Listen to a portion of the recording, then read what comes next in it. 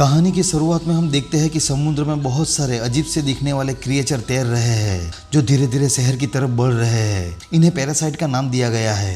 इसके बाद हम एक कपल को सोता हुआ देखते हैं।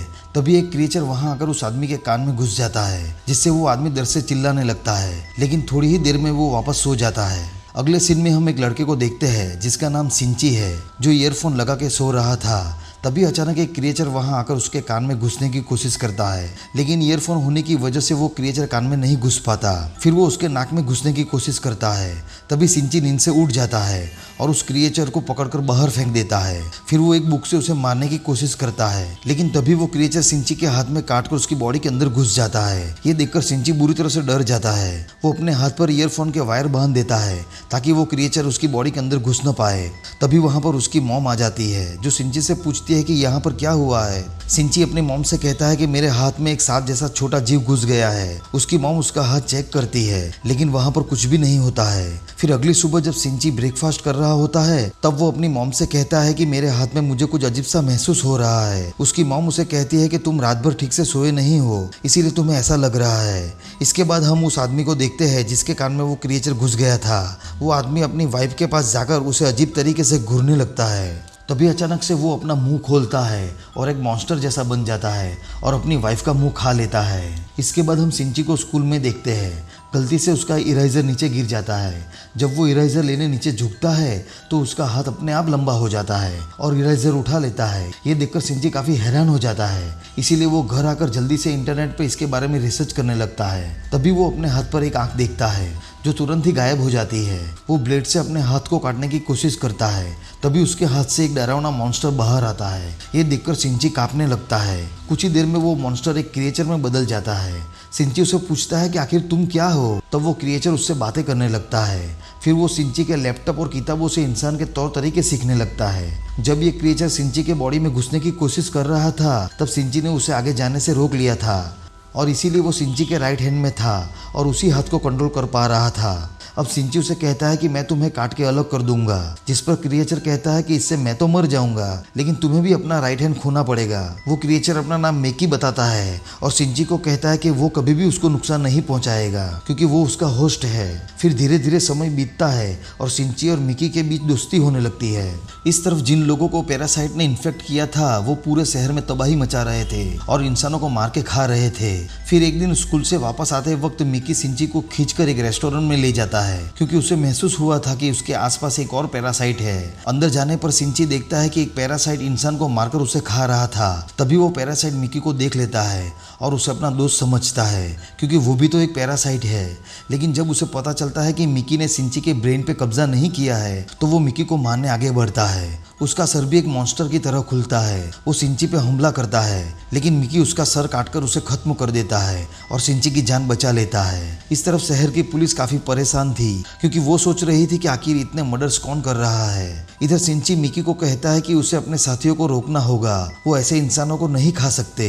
लेकिन मिकी उसे कहता है कि पैरासाइट का खाना ही इंसान है। जिस तरह इंसान जानवर को मार के खा रहे हैं, उसी तरह पैरासाइट भी इंसान को खा रहे हैं। इसमें कुछ भी गलत नहीं है। फिर अगले दिन जब सिंची स्कूल में होता है, तब मिकी उसे बताता है कि यहाँ पर एक और पैरासाइट है। वो कोई और नहीं बल्कि उसकी टीचर है। टीचर भी जब सिंची को देखती है तो उसे भी पता चल जाता है कि ये भी इन्फेक्टेड है।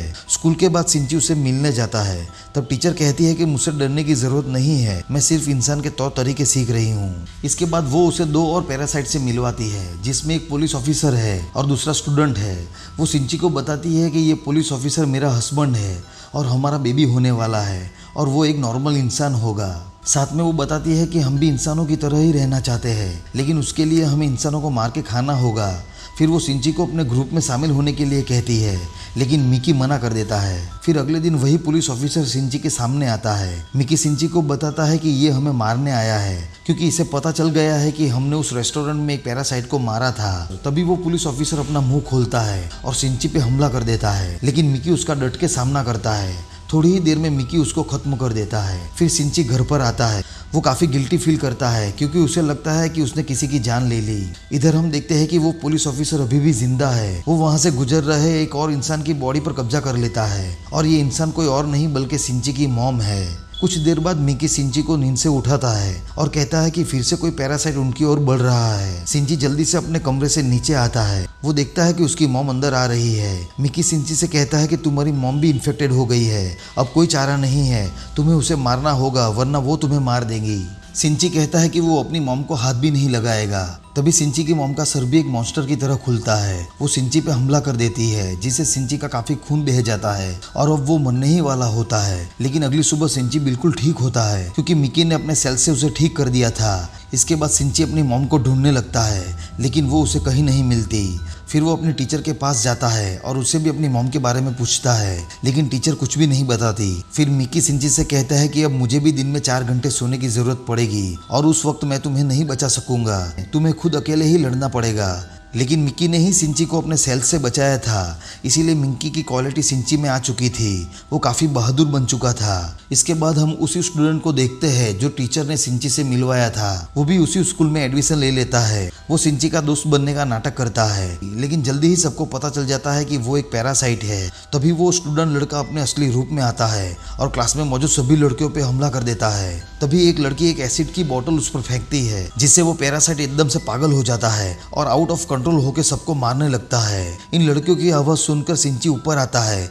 चारों तरफ लाशों का ढेर देखकर सिंची के तो होश उड़ जाते हैं। वो अपने एक दोस्त को बचाकर बिल्डिंग के नीचे कूद जाता है। टीचर भी यहाँ आकर देखती है कि ये पैरासाइट बिल्कुल पागल हो चुका है, इसीलिए वो उसे मारने के लिए एक एक्सप्लोजिव फेंकती है, नहीं तो उसका रहस्य भी सबके सामने खुल जाएगा। लेकिन एक्सप्लोजिव होने के बाद भी वो पैरासाइट बच जाता है। तभी वहां पर पुलिस आ जाती है, लेकिन वो पैरासाइट पुलिस को भी मार देता है। इधर मिकी सिंची को बताता है कि वो पागल पैरासाइट स्कूल की छत की तरफ बढ़ रहा है, इसीलिए सिंची स्कूल की सामने वाली बिल्डिंग के ऊपर आ जाता है और एक तीर उस पैरासाइट के आर पार कर देता है, जिससे उसकी वहीं पर मौत हो जाती है। इसके बाद सिंची टीचर से मिलता है। टीचर सिंची से कहती है कि उसे कुछ दिनों के लिए अंडरग्राउंड होना पड़ेगा क्योंकि उसकी डिलीवरी का टाइम पास आ गया है। वो जाते जाते सिंची को उसकी मॉम का एड्रेस दे देती है। वो माँ बनने वाली थी, इसीलिए वो सिंची का दुख समझने लगी थी और इसीलिए वो सिंची को एड्रेस दे देती है। इसके बाद सिंची उस जगह पर पहुंच जाता है जहां वो पैरासाइट उसकी मॉम की बॉडी में था, लेकिन उसी वक्त मिकी को नींद आ जाती है। मिकी को पता था कि अगर मैं सो गया तो सिंची के लिए काफ़ी मुश्किल हो सकती है, इसीलिए सोने से पहले वो खुद को एक हथियार में बदल लेता है। फिर सिंची और उस पैरासाइट के बीच भयानक लड़ाई होने लगती है। वो पैरासाइट सिंची पे भारी पड़ने लगता है, लेकिन तभी थोड़ी देर के लिए सिंची की मॉम उसकी बॉडी पर कंट्रोल कर लेती है, जिससे सिंची को मौका मिल जाता है। वो जल्दी से उस पैरासाइट का धड़ सर से अलग कर देता है। वो अपनी मॉम को उस पैरासाइट से छुड़ाना चाहता था और इसीलिए उसने ऐसा किया। इसके बाद हम शहर के मेयर को देखते हैं जो इलेक्शन जीत गया है। वो पूरे शहर को कंट्रोल कर सकता है, लेकिन वो भी एक पैरासाइट है। इधर पुलिस और एक स्पेशल टीम मिलकर सारे पैरासाइट को मारने के लिए एक मिशन की शुरुआत करते हैं। फिर हम उस टीचर को उस मेयर के साथ देखते हैं जिनके पास एक और पैरासाइट था जिसका नाम था गोटो। वो बहुत ही ताकतवर था और शायद उनका लीडर भी। इस तरफ सिंची अपनी स्कूल की दोस्त को मिलने हॉस्पिटल जाता है जिसकी जान उसने बचाई थी। वो वहां पर कसम खाता है कि वो एक एक करके सारे पैरासाइट को खत्म कर देगा, लेकिन तभी एक जासूस दूसरी बिल्डिंग से सिंची की तस्वीर ले रहा था और यहीं पर ये मूवी एंड हो जाती है। दोस्तों, अगर आपको ये वीडियो पसंद आया हो तो वीडियो को लाइक और चैनल को सब्सक्राइब जरूर कर देना। मैं मिलूंगा नई कहानी के साथ, तब तक के लिए take care, goodbye and thank you.